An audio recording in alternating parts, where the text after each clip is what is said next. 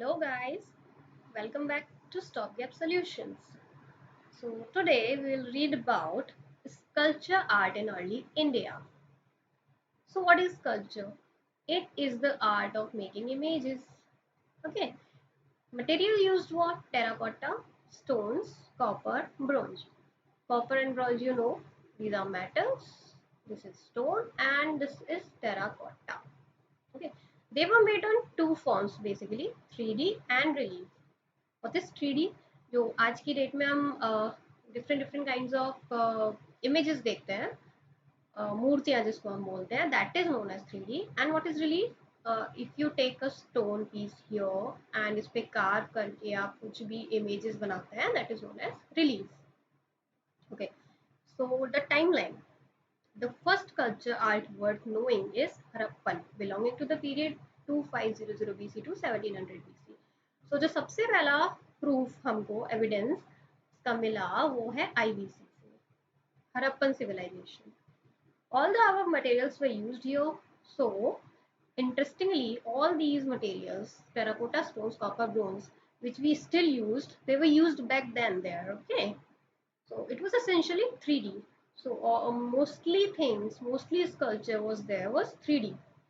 Next phase is Mauryan phase, mostly 3D again. Some reliefs also found. So in Mauryan period, they were mostly 3D, but here and there some reliefs were also found. So example of Mauryan sculpture art is the animal figures in Ashokan pillars and engravings on abacus. So okay, if you remember in the Ashokan pillar part, we read about these pillars. Okay, and this is the abacus.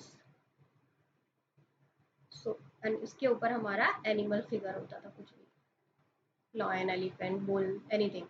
सो यहाँ पे जो इंग्रेविंग्स होता था abacus में and this animal figure, these are the examples of sculpture art in Mauryan period.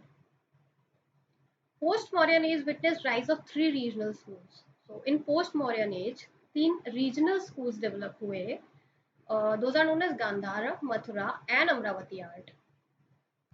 Okay, so here you can differentiate the Gandhar school, the Mathura school and Amravati school.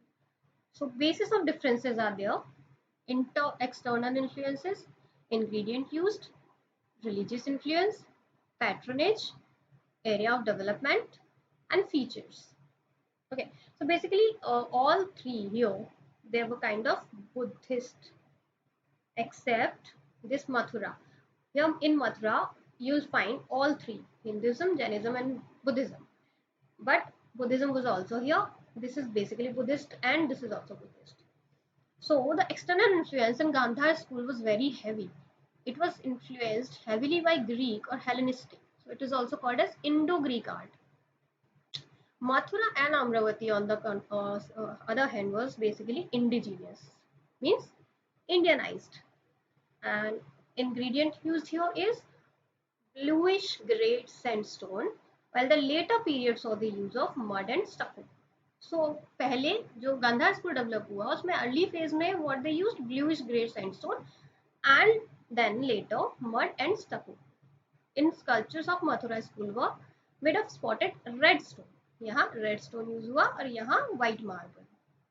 Okay, let me show you this thing first, then you will understand more easily way. This is Gandhar, this is Mathura, and here Amravati. So in this area, the local material was available grey, blue grey sandstone. Okay, here material available was red sandstone, and here the material available was white marble. So हमको locally जो भी चीज available होगा हम sculpture उसी से तो बनाएंगे ना. That's why these things. So again, the religious influence here is, as I told you, this was Buddhist mainly, which was influenced by Greco-Roman culture. This was more of a secular kind of thing. Hinduism, Jainism, Buddhism, all three were there. And here mainly Buddhist again. The patronization here were done by Kushan rulers. Here also Kushan rulers, but here it was done by Satavahanas. Okay, so let me tell you the difference between patronizing and following.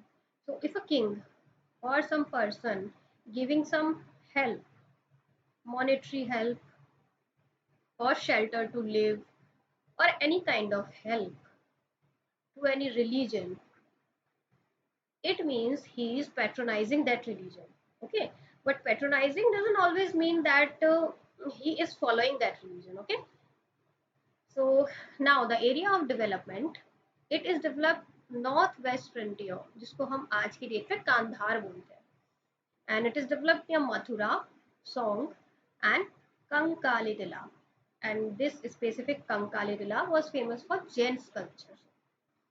And it was developed in Krishna Godavari lower valley in around Amravati and Nagarjuna Pond. Okay, so features of Buddha sculpture. Here, the Buddha is in spiritual state. Spiritual state means, okay, we can understand in this way. इस part में Buddha sad है, where इस part में Buddha happy है.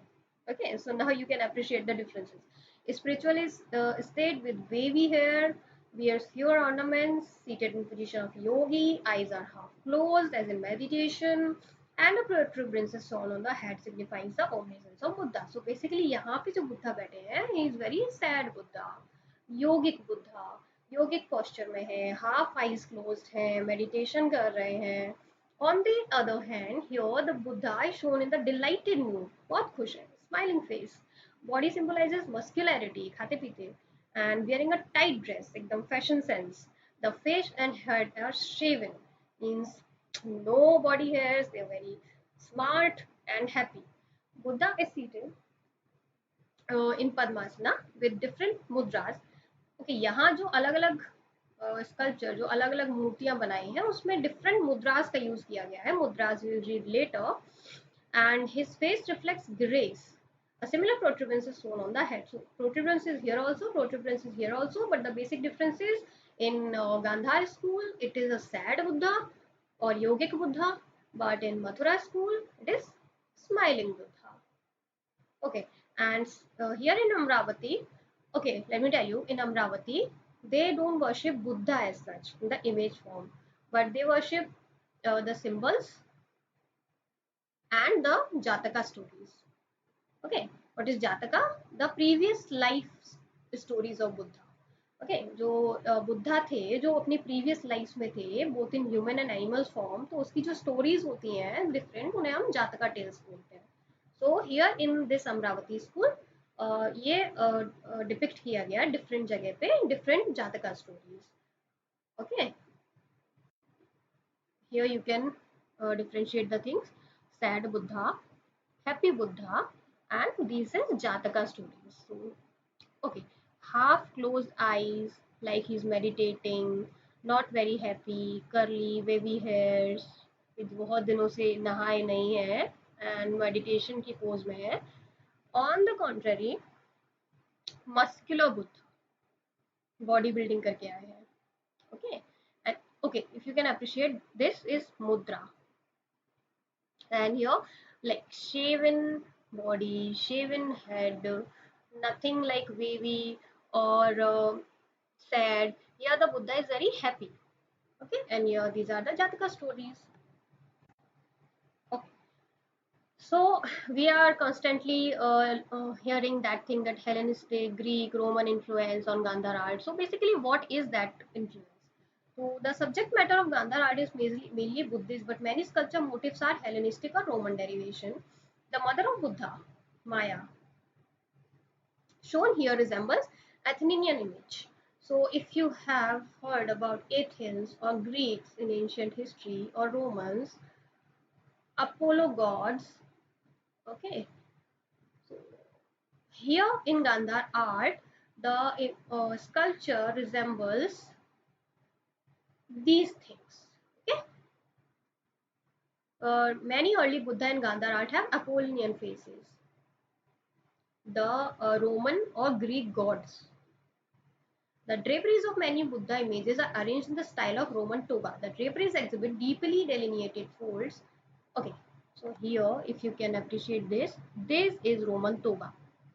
बहुत सारे folds, different, बहुत deeply. This is called as Roman toga. एक बड़ा सा कपड़ा होता है और उसी को हम drape करते हैं. Okay. Apart from that, here long headed face, large forehead, sharp features means sharp nose, sharp jawline, okay, elongated eyes, prominent eyebrows, and heavy muscular body with curly and wavy hairs. Okay, okay. Heavy body, मोटे से एकदम अच्छे खाते पीते, या muscular body, एकदम gym जाने वाले. Okay, please don't take me seriously. I'm just joking so that we can make our mood light. So, okay, after that, in Gupta period, there emerged a new school of sculpture architecture known as Sarnath school and essentially Buddhist style. So, after these regional schools, which we read about, in Gupta period, there emerged a new school of sculpture architecture that is known as Sarnath school, which was essentially Buddhist art. Also, stone art with 3D. Stone art with 3D. Sarnath school produced various images of Buddha and Bodhisattvas, both standing and seated. Okay, so if you must be wondering what is Bodhisattva. So Bodhisattva is a person, okay, जिस जो help करता है other people to attain nirvana. Okay, even if he can attain nirvana, ये कर सकते हैं, but what they chose the path to help other people to attain nirvana. They are bodhisattvas. So यहाँ पे जो सारनाथ स्कूल में जो इमेजेस बनती थी वो बुद्धा और बोधिसत्वा की, बोथ स्टैंडिंग एंड सीटेड, खड़े हुए भी और बैठे हुए. Besides Sarnath, Sarnath के अलावा the Gupta period witnessed development of metal sculpture art. So which I told you कि stone art के अलावा metal में copper and bronze. Some big images of Buddha of copper and bronze discovered. The post-Gupta is under Pallavas. Brilliant pieces of sculpture art and massive relief on the stone slab at Mahabalipuram discovered. So, in post-Gupta is, Gupta is तक तो mostly we have read about these, and in post-Gupta is under Pallavas. Pallavas in south. Brilliant piece of sculpture art and massive relief on stone slab at Mahabalipuram discovered. कहाँ पे discover हुआ? Mahabalipuram in Tamil Nadu. So ये slab क्या है? Slab means big size of stone. Okay. This slab is the 30 meter in length, 30 meter, 15 meter in height, 15 meter, and all images are about life sizes. Life sizes में human sizes. अगर आप उसको खड़े होकर देखेंगे तो you feel कि एक सामने इंसान ही खड़ा हुआ है. अगर वो जानवर का होगा तो you feel that के सामने बड़ा जानवर खड़ा हुआ है. So historians called it the descent of Ganga or Arjuna's penance. Okay, so here you can appreciate this. This is that slab at Mahabalipuram, Tamil Nadu. All these images and these things, these elephant images are life size, and historians इसको बुलाते हैं Arjuna's penance. Okay, so this is a small topic. I think I should include this also because otherwise here and there हम ऐसी चीजों को miss कर जाते हैं. So what is lost west casting or Saire Purdue? The casting process in which the mold is formed around a wax mold model, which is then melted to leave desired spaces in the mold. This process produces a one-time use mold or waste mold and is often used to produce small sculpture or jewelry. Okay, let me tell you. ये जो lost wax technique है, सबसे पहले जिसके use होने का evidence हमको मिलता है इन IVC, okay, Indus Valley Civilization. And if you believe this technique is still used in present date also. Okay, there are many professions where it is used. Even in the dental profession we use the cast to form the dental, okay, teeth set. Okay, come to the point. सबसे पहले हम okay let me tell you ये होता कैसे है. सबसे पहले हम एक वैक्स का मॉडल बनाते हैं. आफ्टर दैट हम इसके ऊपर एक क्ले कवर करते हैं. ओके, यहाँ हम एक होल बनाते हैं. Now this whole thing we place in oven. Okay, so अगर हम इसको अवन पे हीट करेंगे तो what will happen, this clay kind of thing ये हार्ड हो जाएगा. This clay will get harden and ये जो होल हमने किया था उससे जो वैक्स है वो सब मेल्ट होके बाहर आ जाएगा. तो अंदर हमको क्या मिलेगा, एक हॉलो हॉलो मोल्ड.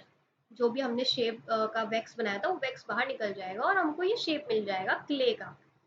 उसके बाद हम इसमें जो मेटल है, जिस भी मेटल से हमको बनाना है, हम उस मेटल को इसमें पोर कर देंगे, heated metal. Okay, if you can see here, heated metal they are pouring. So now what happen, heated metal जब इसमें जाएगा तो ये एक्वायर्ड शेप, जो डिजायर्ड शेप है वो ले लेगा, एंड धीरे धीरे जो ऊपर का क्ले का जो कवर है वो टूट जाएगा, चिप ऑफ हो जाएगा, and what we left is this thing. फिर हम इसको काट देंगे एंड देन हमको एक सेब मिल जाएगा। Congratulations. So this was lost phase technique. Okay. So now we will read about some major events of Buddha's life.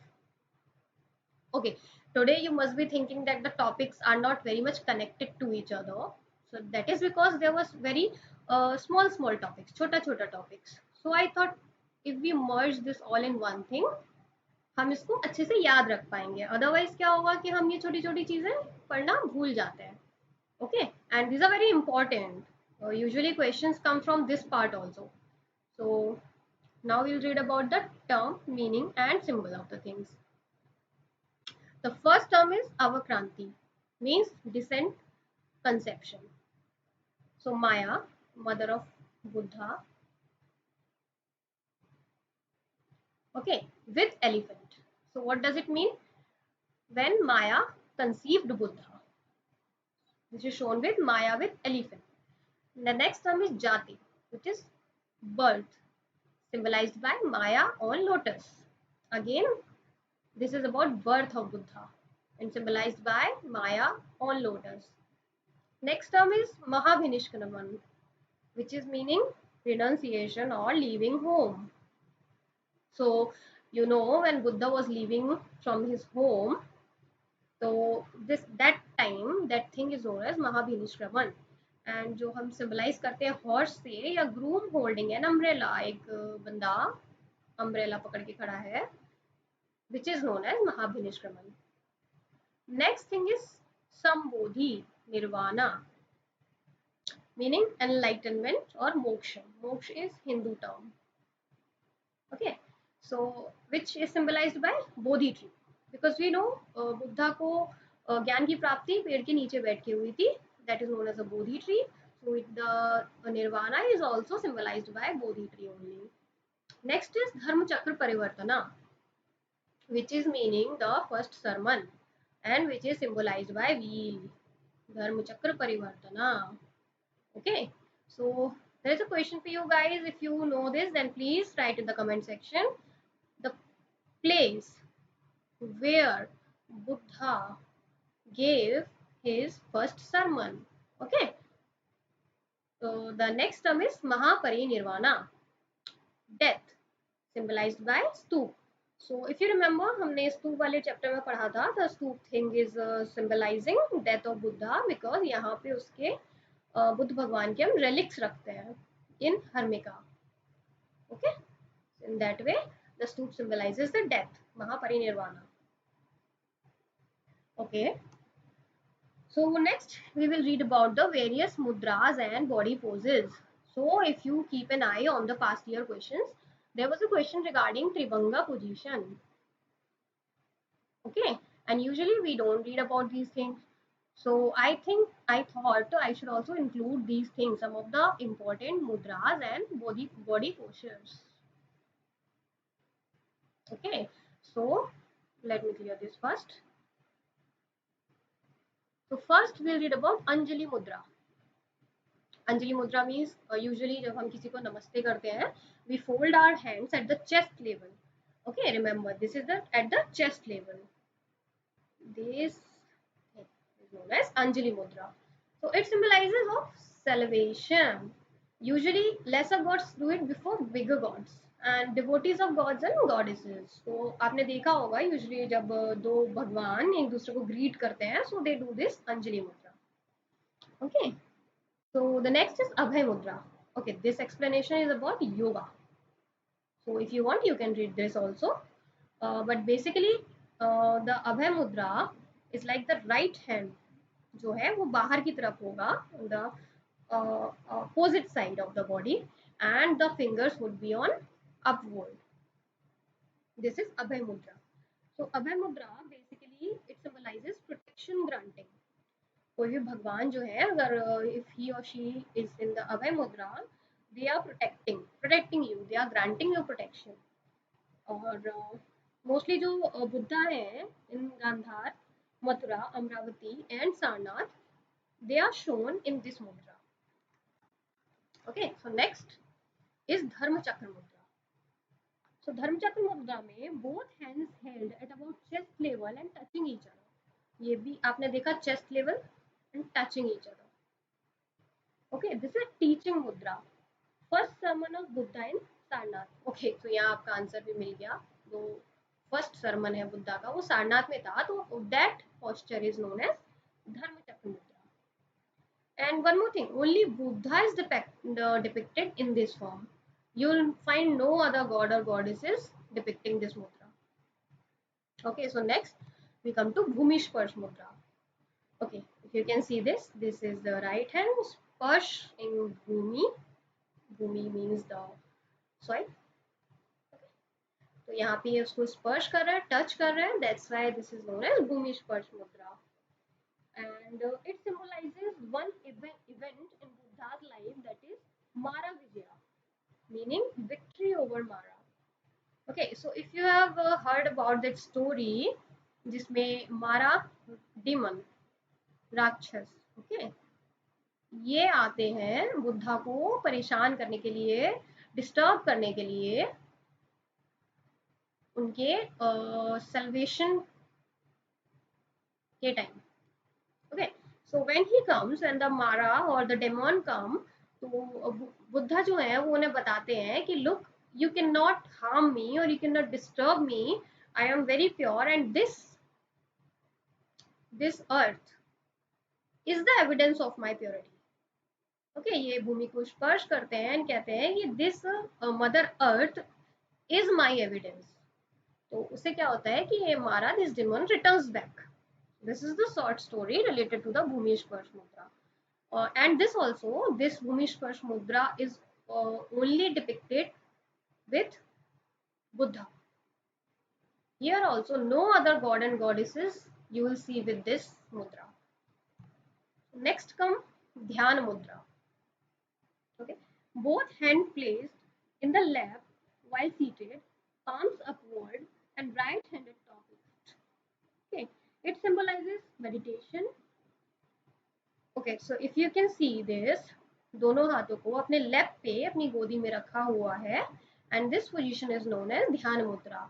इस पोजीशन में आप मेडिटेशन करते हैं, and many gods, goddesses और ascetic साधु जो होते हैं या योगी जो होते हैं, वो आपको ऐसी वाली पोजीशन में मिल जाएंगे, and also Buddha.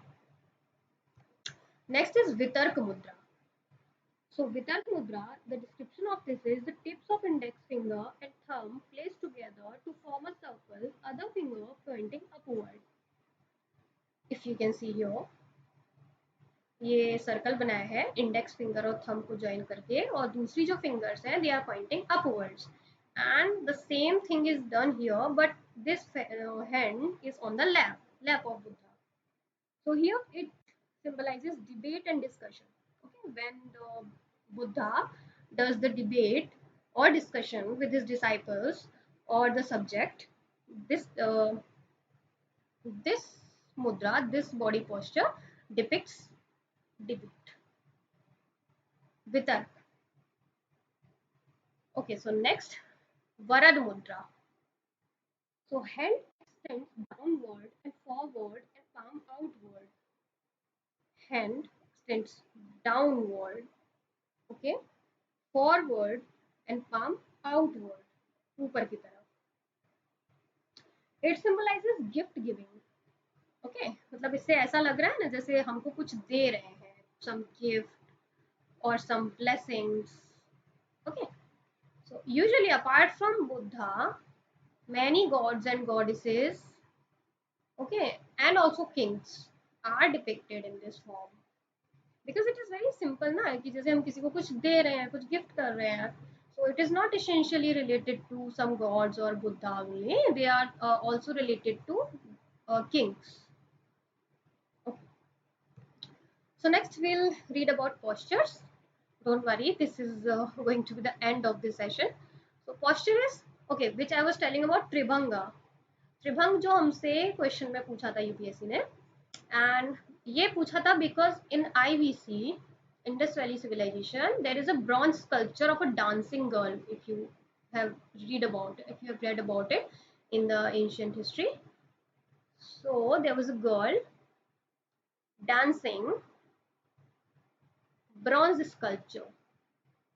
Okay, and उसका जो पोजीशन है that is Tribhanga position. So I think अब उसके अलावा हमको सारे पढ़ लेते तो this this will be good for us only. So first is Abhanga. This position is Abhanga. If you can see that this nothing much movement. ऐसा लग रहा है जैसे थोड़ा सा स्ट्रेट पोजीशन में है, just little tilted little. And उसके बाद संभंग. संभंग मीन्स एकदम बराबर, मतलब यहाँ जैसे स्ट्रेट तो है लेकिन थोड़ा सा टिल्टेड है, tilted towards right. But here it is totally equal divided. Okay, same here संभंग. Okay, यहाँ पे थोड़ा सा posture है but it is equal, like nothing is tilted towards right or left. This is also Samabhanga. This is Atibhanga. Means यहाँ कुछ पता ही नहीं है कि आपका बॉडी किस तरफ टिल्टेड है, इधर जा रहा है कि इधर जा रहा है. This is Atibhanga. So next is Tribhanga. Tribhanga is basically means three bends. Okay, so if you can appreciate this, one bend here, one bend here, and one bend here, it is Tribhanga position. Okay, I hope you get it. So now the Kayotsarga. Kayotsarga position is, this is a typical body pose जहाँ आप सीधे खड़े होते हैं, आपके जो हाथ हैं वो भी एकदम स्ट्रेट हैं, बिल्कुल जमीन की साइड पॉइंट करते हुए हैं.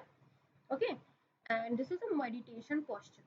We usually meditate in this posture. Okay, and this इसका एक अच्छा सा एग्जांपल है हमारा स्टैच्यू ऑफ बाहुबली, जिसको हम गोमेश्वरा भी बोलते हैं. And who was the son of first Jan तीर्थंकर ऋषभनाथ. ओके, जो हमारे फर्स्ट जैन तीर्थंकर हैं ऋषभनाथ,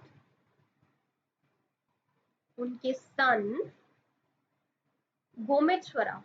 ओके, उनका ये टेम्पल है श्रवण बेलागोला कर्नाटका में, जहाँ पे ये फ्री स्टैंडिंग स्टेच्यू है which is depicting this Kayotsarga. So I think this is it for today. If you guys feel like this session was worth watching and if you have learned something new, then please like, comment, share and subscribe. Thank you. Have a nice day.